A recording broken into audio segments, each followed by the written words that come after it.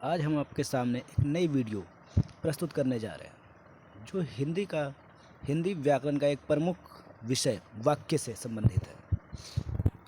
वाक्य वाक्य सार्थक शब्द या शब्दों की वह वैज्ञानिक क्रमबद्धता है जिससे किसी भाव या विचार की पूर्णता से अभिव्यक्ति होती है।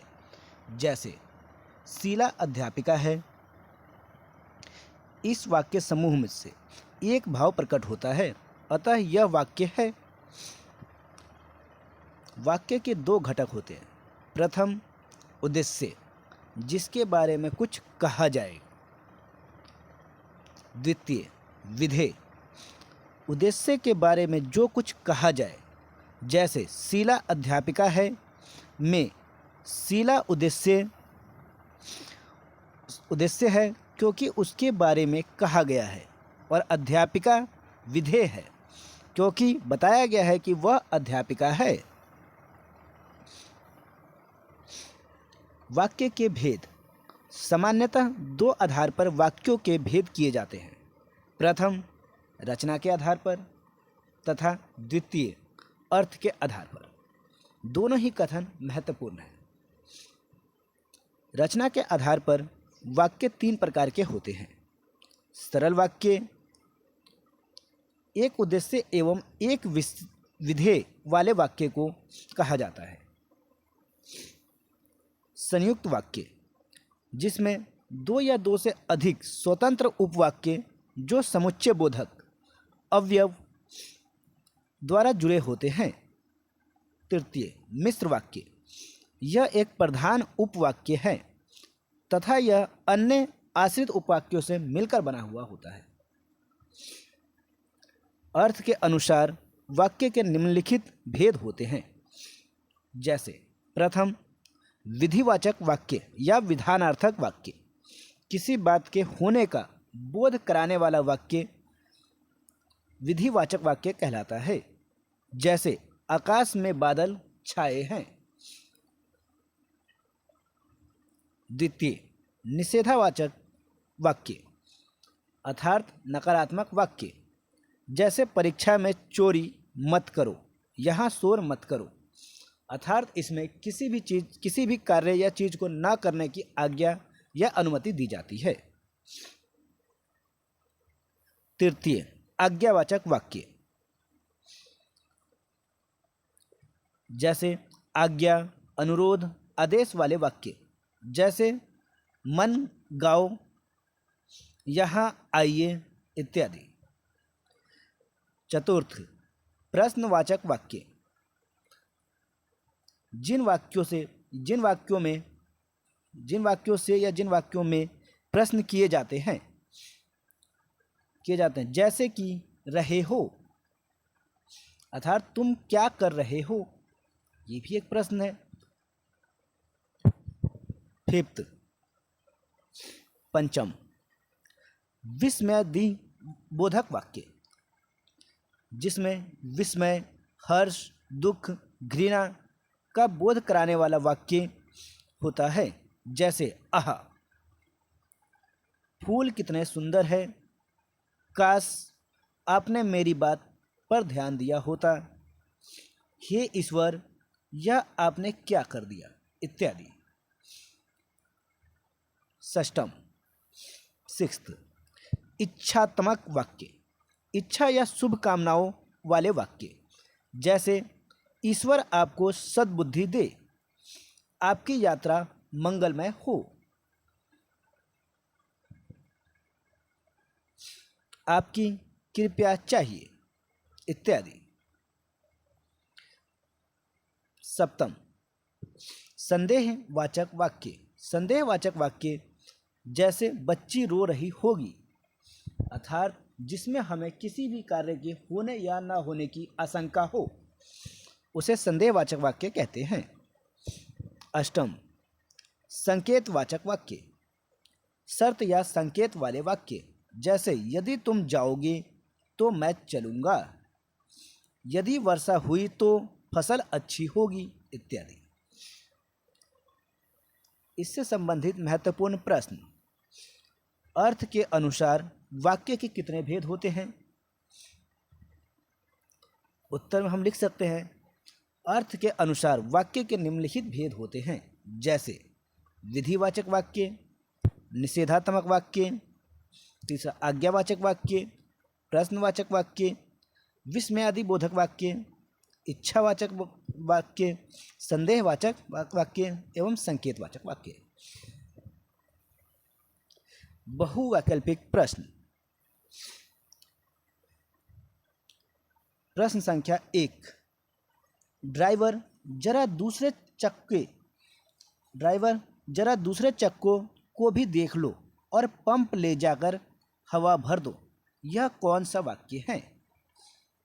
ऑप्शन ए सरल वाक्य, ऑप्शन बी संयुक्त वाक्य, ऑप्शन सी मिश्र वाक्य, ऑप्शन डी उपवाक्य।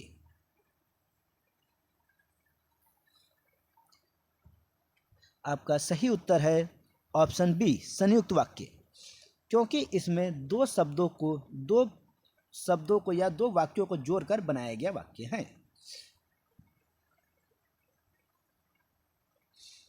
प्रश्न संख्या 2,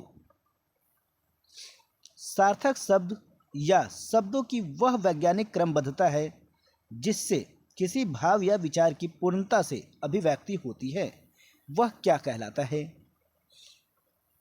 ऑप्शन ए वाक्य, ऑप्शन बी शब्द, ऑप्शन सी वर्ण, ऑप्शन डी अक्षर। आपका सही उत्तर है ऑप्शन ए वाक्य। प्रश्न संख्या 3, वाक्य के कितने घटक होते हैं? Option A 1, option 2, option C 3, option D 4। आपका सही उत्तर है ऑप्शन बी 2। प्रश्न संख्या 4, जिसके बारे में कुछ कहा जाए उसे क्या कहते हैं? ऑप्शन ए विधेय, ऑप्शन बी ऑप्शन ए उद्देश्य, ऑप्शन बी विधेय, ऑप्शन सी ए और बी दोनों, ऑप्शन डी इनमें से कोई नहीं। आपका सही उत्तर है ऑप्शन ए उद्देश्य।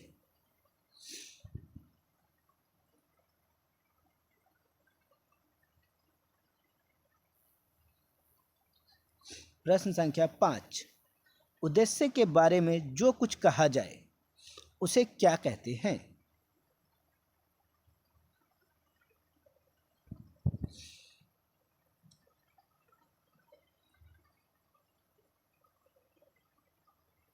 इसका सही उत्तर है ऑप्शन बी विधेय। प्रश्न संख्या 6, रचना के आधार पर वाक्य कितने प्रकार के होते हैं? Option A 1, option 2, option C 3, option D 4। इसका सही उत्तर है ऑप्शन सी 3।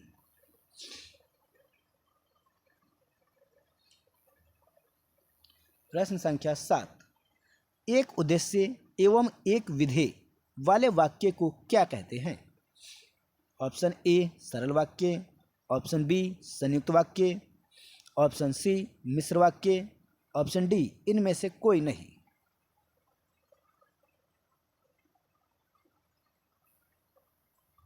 आपका सही उत्तर है ऑप्शन ए सरल वाक्य।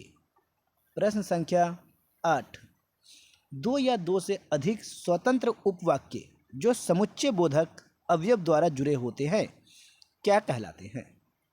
ऑप्शन ए सरल वाक्य, ऑप्शन बी संयुक्त वाक्य, ऑप्शन सी मिश्र वाक्य, ऑप्शन डी इनमें से कोई नहीं।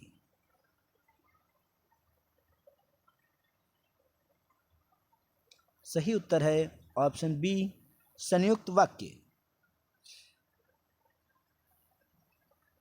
प्रश्न संख्या 9, एक प्रधान उपवाक्य अन्य आश्रित उपवाक्य रहता है उसे क्या कहते हैं? सरल वाक्य, बी संयुक्त वाक्य, सी मिश्र वाक्य, डी इनमें से कोई नहीं। आपका सही उत्तर है ऑप्शन सी मिश्र वाक्य। प्रश्न संख्या 10, अर्थ के अनुसार वाक्य के कितने भेद होते हैं? Option A 1, option B 2, option C 8, option D 4।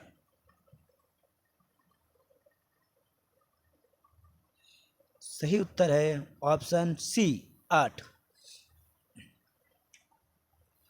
प्रश्न संख्या 11, किसी बात के होने का बोध कराने वाला वाक्य क्या कहलाता है? ऑप्शन ए विधिवाचक वाक्य, ऑप्शन बी निषेधवाचक वाक्य, ऑप्शन सी आज्ञावाचक वाक्य, ऑप्शन डी प्रश्नवाचक वाक्य।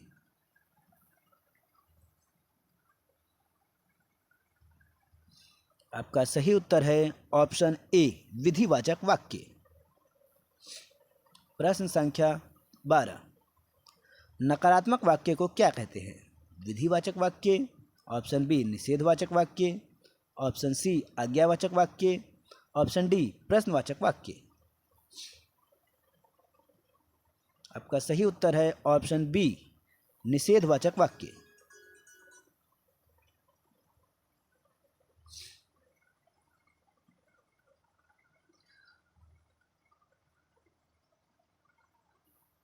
प्रश्न संख्या 13, आज्ञा अनुरोध आदेश वाले वाक्य को क्या कहते हैं? ऑप्शन ए विधिवाचक वाक्य, ऑप्शन बी निषेधवाचक वाक्य, ऑप्शन सी आज्ञावाचक वाक्य, ऑप्शन डी प्रश्नवाचक वाक्य।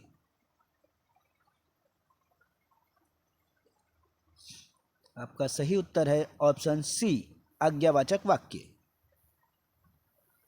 प्रश्न संख्या 14, प्रश्न किए जाने वाले वाक्य को क्या कहते हैं? ऑप्शन ए विधिवाचक वाक्य, ऑप्शन बी निषेधवाचक वाक्य, ऑप्शन सी आज्ञावाचक वाक्य, ऑप्शन डी प्रश्नवाचक वाक्य। सही उत्तर है ऑप्शन डी प्रश्नवाचक वाक्य। प्रश्न संख्या 15, विस्मय, हर्ष, दुख, घृणा का बोध कराने वाले वाक्य क्या कहलाते हैं? ऑप्शन ए विस्मयादि बोधक वाक्य, ऑप्शन बी इच्छात्मक वाक्य, ऑप्शन सी संदेहवाचक वाक्य, ऑप्शन डी संकेतवाचक वाक्य। आपका सही उत्तर है ऑप्शन ए विस्मयादि बोधक वाक्य।